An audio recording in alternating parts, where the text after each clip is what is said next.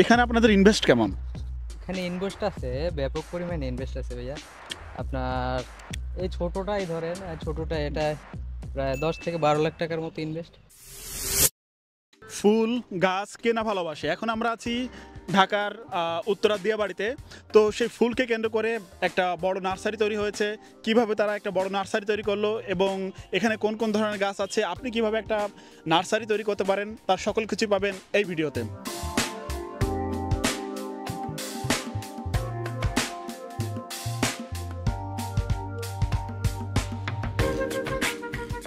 Excuse me ভাই, আসসালামু আলাইকুম। কিছু প্রশ্ন ছিল। ওয়ালাইকুম আসসালাম। জি বলেন ভাইয়া। এই নার্সারির নাম কি? এটা হচ্ছে আদর্শ নার্সারি। এটা কি আপনাদের? জি এটা আমাদেরই। এটা কোথায়? এটা হচ্ছে ঢাকা উত্তরা দিয়াবাড়ি 17 নম্বর সেক্টর। হ্যাঁ, মেট্রো 2 নম্বর মেট্রো গেটের পাশে। আচ্ছা, এখানে আপনাদের এই নার্সারি কত বছর ধরে আছে?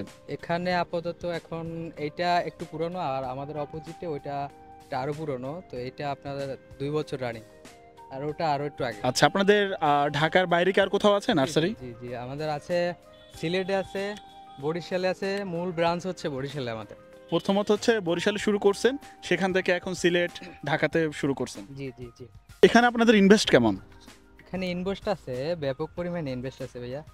আপনার এই ছোটটাই ধরেন, ছোটটা এটা প্রায় 10 থেকে 12 লাখ টাকার মতো ইনভেস্ট। সবচেয়ে বড় নার্সারি কোনটা? সব থেকে বরিশালেরটা বড়। বরিশালে ওখানে তিনটাই আছে বরিশালে। তো তিনটার ভিতরে বরিশালে আদর্শ নার্সারি অলংকার কাঠি, ওখানে ওইটা হচ্ছে বড়। আচ্ছা, আপনাদের এই নার্সারিতে বেসিক্যালি কত ধরনের গাছ আছে? এখানে আসলে বাগান জগতে কিন্তু কত ধরনের গাছ আছে সেইটা বললে হবে না, গাছের কিন্তু অনেক অনেক জাত আছে, অনেক ভ্যারাইটি আছে। এগুলা ডিপেন্ড করলে তার ভিতরেও আপনার এখানে অনেক আইটেমের গাছ আছে, কিন্তু ওই সংখ্যা দেওয়া যাবে না যে গাছ গাছ বলতে এই এগুলোর তো আপনার অনেক জাত আছে। হ্যাঁ, অনেক ভ্যারাইটি আছে। আচ্ছা, আপনাদের এই ব্যবসার কোনো অংশীদার আছে নাকি? না, এটা এই ব্যবসা নিজ মালিকানা, এটা কোনো অংশীদার নাই। এখানে আপনাদের মাসিক বিক্রি হয় কেমন? হ্যাঁ, মাসিক সেল হয়, মোটামুটি ভালো সেল হয়। আচ্ছা, এই যে আপনাদের যে বিক্রি হয় তার ভিতরে কত পার্সেন্ট লাভ থাকে? লাভ্য অংশ এখন বিষয় হচ্ছে যে একটা আছে পাইকারি সেল, আর একটা আছে খুচরা সেল। তো খুচরা সেলের ব্যাপারে তখন একটু লাভ বেশি, আর পাইকারি হোলসেলের ব্যাপারে তো একটু লাভ্য অংশ কম আর কি, এরকমটা। আচ্ছা, আপনারা এই যে গাছ সংগ্রহ করেন কোন জায়গা থেকে? এটা মূলত আমাদের কিছু কিছু গাছ আছে ইনপুট হয় বাইরে থেকে, আর কিছু কিছু গাছ আছে বড় বড় সাইডে আছে, ওই সাইড থেকে কিছু কালেকশন করি, বা আমাদের নিজস্ব কিছু কালেকশন আছে, ওইগুলো আমরা আর কি আস্তে আস্তে প্রসার করি আর কি, পর্যায়ক্রমে। কোন কোন দেশ থেকে ইম্পোর্ট করেন গাছ?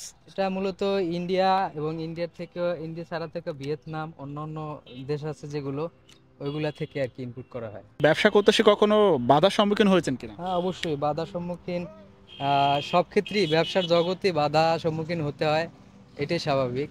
কারণ ব্যবসা জগৎটাই বাধার জগৎ।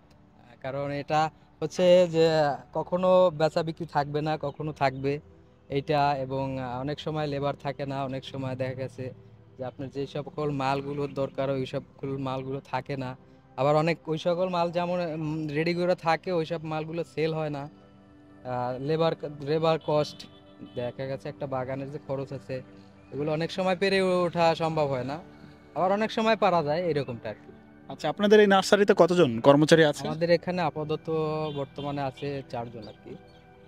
একজন হচ্ছে ম্যানেজার, আর 3 জন হচ্ছে লেবার আর কি। তাদের স্যালারি কেমন? হ্যাঁ, স্যালারি আছে। যারা 3 জন লেবার যারা, তাদের তো দৈনিকের হিসাব বলতে মান্থলি আমরা ধরতে ধরা তাদেরকে 600 টাকা আর কি হাজিরা দেওয়া হয় আমাদের। দৈনিক হিসাব করা হয়? আর দৈনিক বলতে আপনার প্রতি মাসই হিসাব হয়, সপ্তাহ অন্তর এরকমের হিসাবটা হয়। সেই যে আপনাদের নার্সারির যে বিশাল এরিয়াটা, এটা কি আপনাদের নিজস্ব জায়গা নাকি ভাড়া নেওয়া? এটা এটা মূলত রাজুকের, রাজুকের জায়গা। সরকারি জায়গা, তো এটা রাজুক। এখানের জন্য আপনাদের ভাড়া দিতে হয় কেমন? হ্যাঁ, ভাড়া আছে, মানে ওই রকমটা না, একটু খরচ আছে, যেমন বিদ্যুৎ বিল, আরো অন্যান্য আনুষঙ্গিক কিছু খরচ আছে, বাগান ভাড়াও আছে কিছু।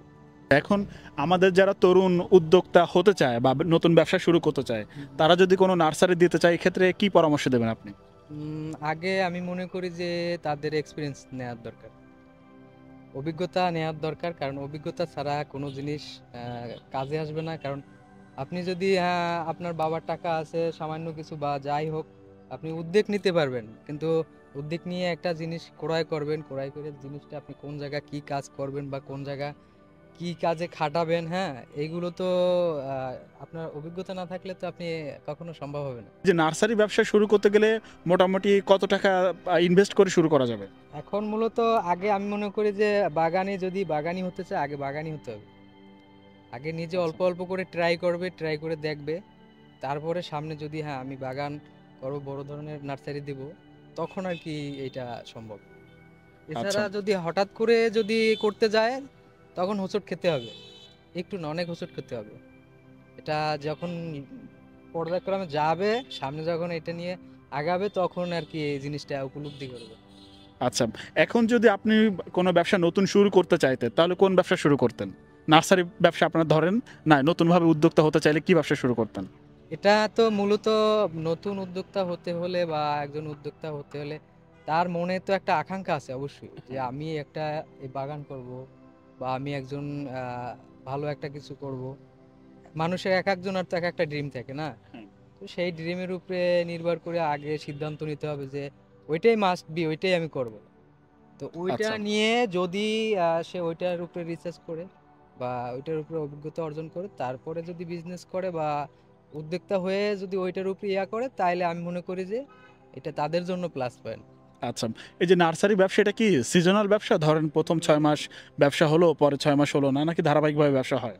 না, ধারাবাহিকভাবে হয় কম বেশি, তবে সিজনাল সিজনাল একটু বেশি হয়। বৃষ্টির সময় কি আপনাদের প্রবলেম হয় না এই গাছগুলোর জন্য? অবশ্যই বৃষ্টির সময় তো অনেক গাছ নষ্ট হয়ে যায়, অনেক গাছ ভারী ভারী, যেমন অনেক দামি দামি গাছগুলো যেগুলো টেক কেয়ার না করা হলে তখন গাছগুলো নষ্ট হয়ে যায়, গোড়া পচে যায়, অনেক সমস্যা হয়ে যায়।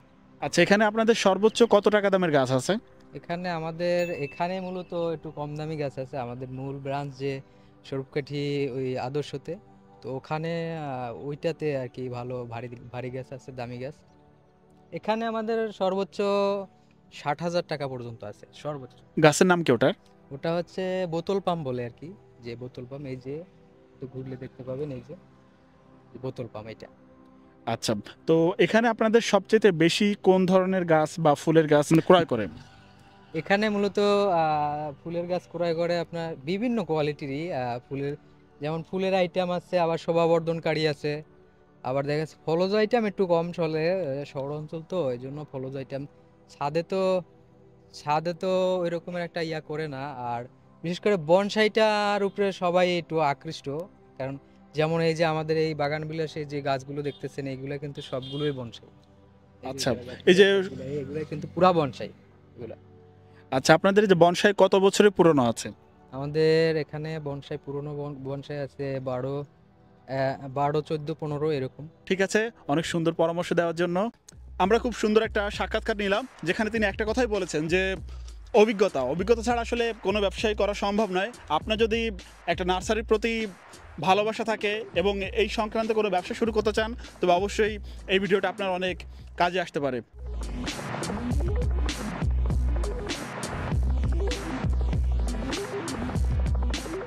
You tell me I'm someone you want. You tell me I'm something you need. But baby, you know that I'm bad for you, yeah. Why you gotta be so nice?